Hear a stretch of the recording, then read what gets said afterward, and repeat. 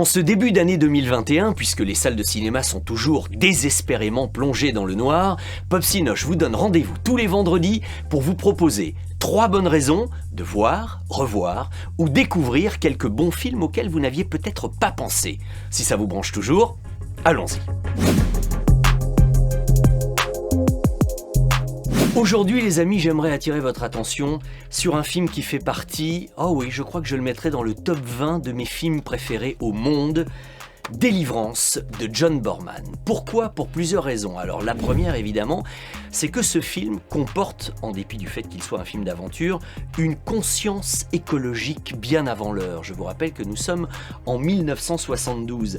L'aventure, l'exaltation sportive, la notion de dépassement de soi, tout cela pour aboutir à un cauchemar tout éveillé. 4 copains ont envie de s'offrir un week-end sportif en faisant du canoë-kayak parce que une vallée va être complètement inondée à cause de la construction d'un barrage. Ils se disent que c'est la dernière fois où ils vont pouvoir profiter de ces rapides.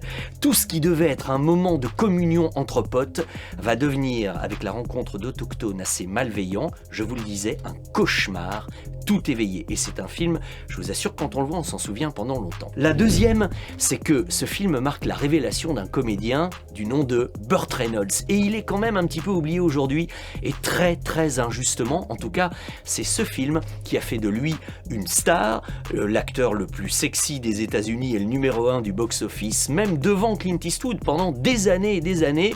Il alternait d'ailleurs les films policiers comme L'Anti-Gang et les comédies façon La Fureur du Danger ou Cours après moi shérif, avec un certain bonheur. Puis ensuite, il est un petit peu passé de mode, mais nous aimerions bien aujourd'hui le réhabiliter un tout petit peu. Troisième bonne raison, il y a toujours un aspect musical dans les arguments que j'aime vous proposer, mais là, c'est une séquence du film que vous ne pouvez pas avoir oublié si vous l'avez vu.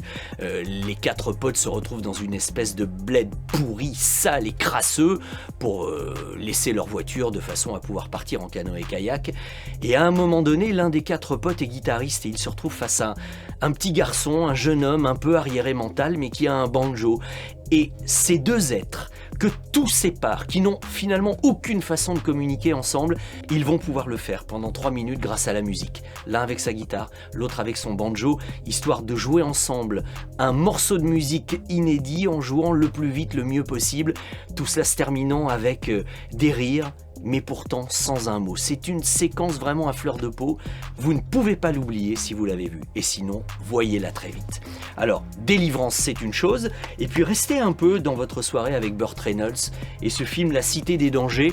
C'est un film intéressant parce que c'est un polar de Robert Aldrich, très désabusé, dans lequel Burt Reynolds a pour partenaire féminine notre grande Catherine Deneuve. Ne serait-ce que pour ça, vous passerez, croyez-moi, un excellent moment. Si vous voulez voir la bande-annonce, vous procurez les films, vous savez maintenant bien comment faire, hein. Vous avez tous les liens dans la description de ce programme.